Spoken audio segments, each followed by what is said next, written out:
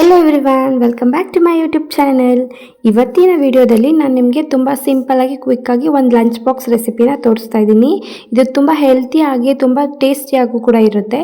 ಸ್ಕೂಲಿಗೆ ಹೋಗೋ ಮಕ್ಕಳಿದ್ರೆ ಅಥವಾ ಕೆಲಸಕ್ಕೆ ಹೋಗೋ ಹಸ್ಬೆಂಡ್ಸ್ ಅಣ್ಣ ಈ ಥರ ಯಾರಾದರೂ ಇದ್ದರೆ ಅವ್ರಿಗೆ ಲಂಚ್ ಬಾಕ್ಸ್ಗೆ ಏನು ರೆಡಿ ಮಾಡಬೇಕು ಅಂತ ಕನ್ಫ್ಯೂಷನ್ ಆಗ್ತಾ ಇರುತ್ತೆ ಡೈಲಿ. ಸೊ ಈ ಥರ ರೆಸಿಪಿನ ಒಂದ್ಸಲ ಟ್ರೈ ಮಾಡಿ ನೋಡಿ, ಖಂಡಿತ ಅವ್ರಿಗೆ ತುಂಬ ಇಷ್ಟ ಆಗುತ್ತೆ. ಎಸ್ಪೆಷಲಿ ಮಕ್ಕಳು ಯಾರೆಲ್ಲ ಪಾಲಕ್ ಸೊಪ್ಪು ಈ ಥರ ತಿನ್ನಲ್ಲ ಅಂತ ಅನ್ನೋರಿಗೆ ಈ ಥರ ಪಾಲಕ್ ಪಲಾವ್ನ ಒಂದ್ಸಲ ಟ್ರೈ ಮಾಡಿ ನೋಡಿ, ಖಂಡಿತ ಇಷ್ಟಪಟ್ಟು ತಿಂತಾರೆ. ಸೊ ಹಾಗಿದ್ರೆ ಯಾವ ರೀತಿ ಮಾಡೋಣ ಅಂತ ನೋಡೋಣ ಬನ್ನಿ, ಲೆಟ್ಸ್ ಸ್ಟಾರ್ಟ್. ಸೊ ಇವಾಗ ಪಾಲಕ್ ಪಲಾವ್ ಮಾಡೋದಕ್ಕೆ ನಾನು ಎಲ್ಲ ಇಂಗ್ರೀಡಿಯೆಂಟ್ಸ್ನ ರೆಡಿ ಮಾಡಿ ಇಟ್ಕೊಂಡಿದ್ದೀನಿ, ಈಸಿಯಾಗಿ ಮಾಡ್ಕೋಬೋದು ಅಂತ. ನಾನು ಓವರ್ ನೈಟೇನೆ ಬಟಾಣಿ ಮತ್ತು ಡಬಲ್ ಬೀನ್ಸ್ ಹಾಗೆ ರಾಜ್ಮಾನ ನೆನೆಸಿ ಎತ್ತಿಟ್ಟಿದ್ದೀನಿ. ನೀವು ಅದೆಲ್ಲ ಇಲ್ಲ ಅಂದರೆ ಬರೀ ಬಟಾಣಿನೂ ಕೂಡ ಯೂಸ್ ಮಾಡ್ಕೊಂಡು ಮಾಡ್ಬೋದು. ಈಗ ನಾನು ಪಾಲಕ್ ಸೊಪ್ಪನ್ನ ಸ್ವಲ್ಪ ನೀರಲ್ಲಿ ಈ ಥರ ಕುದಿಸ್ಕೊಂಡು ಎತ್ತಿಟ್ಕೋತಾ ಇದ್ದೀನಿ. ಒಂದು 50% ಬೆಂದರೆ ಸಾಕು.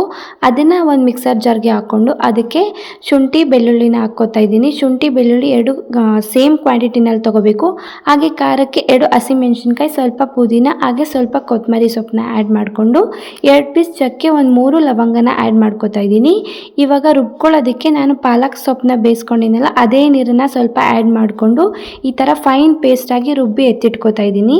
ನೆಕ್ಸ್ಟ್ ಒಂದು ಕುಕ್ಕರ್ನ ಬಿಸಿಗೆ ಇಟ್ಕೊಂಡು ಕುಕ್ಕರ್ ಬಿಸಿ ಆದಮೇಲೆ 2 ಸ್ಪೂನ್ ಆಯಿಲ್ನ ಹಾಕ್ಕೊಂಡು ಅದಕ್ಕೆ ಸ್ವಲ್ಪ ಸೋಂಪು, 2 ಪಲಾವ್ ಎಲೆ, ಸ್ವಲ್ಪ ಪುದೀನ ಹಾಗೆ ಓವರ್ನೈಟ್ ನೆನೆಸಿಟ್ಟಿನಲ್ಲ ಬಟಾಣಿ ಎಲ್ಲ ಕಾಳುಗಳನ್ನ ಹಾಕ್ಕೋತಾ ಇದ್ದೀನಿ. ಹಾಕ್ಕೊಂಡು ಸ್ವಲ್ಪ ಎಣ್ಣೆಯಲ್ಲಿ ಈ ಥರ ಫ್ರೈ ಮಾಡ್ಕೋಬೇಕಾಗುತ್ತೆ. ಇದೆಲ್ಲ ಫ್ರೈ ಆದಮೇಲೆ ಒಂದು ಈರುಳ್ಳಿನ ಕಟ್ ಮಾಡಿ ಇಟ್ಕೊಂಡಿದ್ದೆನಲ್ಲ ಅದನ್ನು ಕೂಡ ಸೇರಿಸ್ಕೊತಾ ಇದ್ದೀನಿ. ಈರುಳ್ಳಿನೂ ಕೂಡ ಸ್ವಲ್ಪ ಕಲರ್ ಚೇಂಜ್ ಆಗೋವರೆಗೂ ಈ ಥರ ಫ್ರೈ ಮಾಡಿಕೊಂಡು ನೆಕ್ಸ್ಟು 2 ಟೊಮ್ಯಾಟೊನ ಕಟ್ ಮಾಡಿ ಇಟ್ಕೊಂಡಿದ್ದೆನಲ್ಲ ಇವಾಗ ಅದನ್ನು ಕೂಡ ಸೇರಿಸ್ಕೊತಾ ಇದ್ದೀನಿ. ಟೊಮ್ಯಾಟೊನೂ ಕೂಡ ಅಷ್ಟೇ ಸ್ವಲ್ಪ ಸಾಫ್ಟಾಗಿ ಬೇಯಬೇಕು, ಅಲ್ಲಿವರೆಗೂ ಫ್ರೈ ಮಾಡಿಕೊಂಡು ನೆಕ್ಸ್ಟು ಪೇಸ್ಟ್ ರೆಡಿ ಮಾಡಿ ಇಟ್ಕೊಂಡಿದ್ವಲ್ಲ ಅದನ್ನು ಕೂಡ ಇದಕ್ಕೆ ಆ್ಯಡ್ ಮಾಡ್ಕೋತಾ ಇದ್ದೀನಿ. ಶುಂಠಿ ಮತ್ತು ಬೆಳ್ಳುಳ್ಳಿದು ಹಸಿ ಸ್ಮೆಲ್ ಹೋಗೋವರೆಗೂ ಈ ಥರ ಎಣ್ಣೆಯಲ್ಲಿ ಫ್ರೈ ಮಾಡ್ಕೋಬೇಕಾಗುತ್ತೆ, ಎಣ್ಣೆ ಬಿಡೋವರೆಗೂ. ನೆಕ್ಸ್ಟ್ ಇವಾಗ ನಾನಿಲ್ಲಿ 1.5 ಗ್ಲಾಸಷ್ಟು ಅಕ್ಕಿನ ತೊಗೊಂಡಿರೋದು. ಸೊ ಅದಕ್ಕೆ ನಾನಿಲ್ಲಿ 3 ಗ್ಲಾಸಷ್ಟು ನೀರನ್ನು ಆ್ಯಡ್ ಮಾಡ್ಕೋತಾ ಇದ್ದೀನಿ. ಹಾಗೆ ಖಾರಕ್ಕೆ ಇದಕ್ಕೆ 1 ಸ್ಪೂನ್ ಆಗೋಷ್ಟು ಧನಿಯದ ಪುಡಿ ಹಾಗೆ 1 ಸ್ಪೂನ್ ಅಚ್ಚ ಖಾರದ ಪುಡಿನ ಹಾಕೋತಾ ಇದ್ದೀನಿ. ಆಲ್ರೆಡಿ ನಾವು ಹಸಿಮೆಣಸಿನ್ಕಾಯಿನ ರುಬ್ಬಿರ್ತೀವಿ, ಸೊ ನೀವು ಖಾರ ಎಷ್ಟು ಬೇಕೋ ಅಷ್ಟು ನೋಡಿ ಹಾಕ್ಕೊಳ್ಳಿ. ಹಾಗೆ ರುಚಿಗೆ ತಕ್ಕಷ್ಟು ಉಪ್ಪನ್ನ ಆ್ಯಡ್ ಮಾಡಿಕೊಂಡು ನೀರು ಸ್ವಲ್ಪ ಕುದಿ ಬಂದಮೇಲೆ ಅಕ್ಕಿನ ವಾಶ್ ಮಾಡಿ ಇಟ್ಕೊಂಡಿದ್ವಲ್ಲ ಅದನ್ನು ಕೂಡ ಇವಾಗ ಸೇರಿಸ್ಕೊತಾ ಇದ್ದೀನಿ. ಅಕ್ಕಿನ ಹಾಕಿದ ತಕ್ಷಣ ನೀವು ಕುಕ್ಕರ್ ಲಿಡ್ನ ಕ್ಲೋಸ್ ಮಾಡಿ ಕುಗ್ಸೋದಕ್ಕೆ ಹೋಗಬೇಡಿ. ಒಂದು 50% ಬೆಂದಮೇಲೆ ಈ ಥರ ಆದಮೇಲೆ ನೀವು ಕುಕ್ಕರ್ ಲಿಡ್ನ ಕ್ಲೋಸ್ ಮಾಡಿ ಕುಗ್ಸಿ, ಆವಾಗ ಉದುರಾಗಿ ತುಂಬ ಸಾಫ್ಟಾಗಿ ಚೆನ್ನಾಗಿ ಬರುತ್ತೆ. ಲಾಸ್ಟನ್ನು ನಾನಿಲ್ಲಿ 1 ಸ್ಪೂನ್ ಆಗೋಷ್ಟು ತುಪ್ಪನ ಆ್ಯಡ್ ಮಾಡ್ಕೊತಿದ್ದೀನಿ, ಫ್ಲೇವರ್ ತುಂಬ ಚೆನ್ನಾಗಿರುತ್ತೆ. ಇವಾಗ ನಾನು ಕುಕ್ಕರ್ ಲಿಡ್ನ ಕ್ಲೋಸ್ ಮಾಡಿ 1 ವಿಷಲ್ನ ಕೂಗಿಸ್ತಾ ಇದ್ದೀನಿ.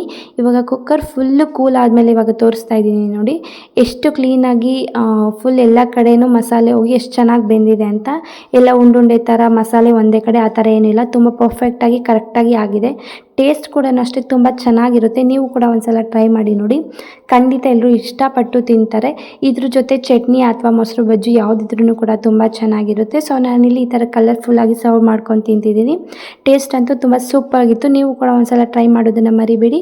ಹಾಗೆ ಯಾವ ರೀತಿ ಇತ್ತು ಅಂತ ಕಮೆಂಟ್ ಮಾಡಿ ತಿಳಿಸಿ. ಇದೇ ಥರ ಹೊಸ ಹೊಸ ರೆಸಿಪೀಸ್ಗೆ ನನ್ನ ಚಾನಲ್ನ ಸಬ್ಸ್ಕ್ರೈಬ್ ಮಾಡ್ಕೊಂಡು ನೋಡಿ. ಹಾಗೆ ಯಾವ ರೀತಿ ಇತ್ತು ಅಂತ ಕಮೆಂಟ್ ಮಾಡಿ, ಲೈಕ್ ಮಾಡಿ ಮತ್ತು ನಿಮ್ಮ ಫ್ರೆಂಡ್ಸ್ ಫ್ಯಾಮಿಲಿಗೆ ಶೇರ್ ಮಾಡಿ. ಇದೇ ಥರ ಸಪೋರ್ಟ್ ಮಾಡಿ. Thank you.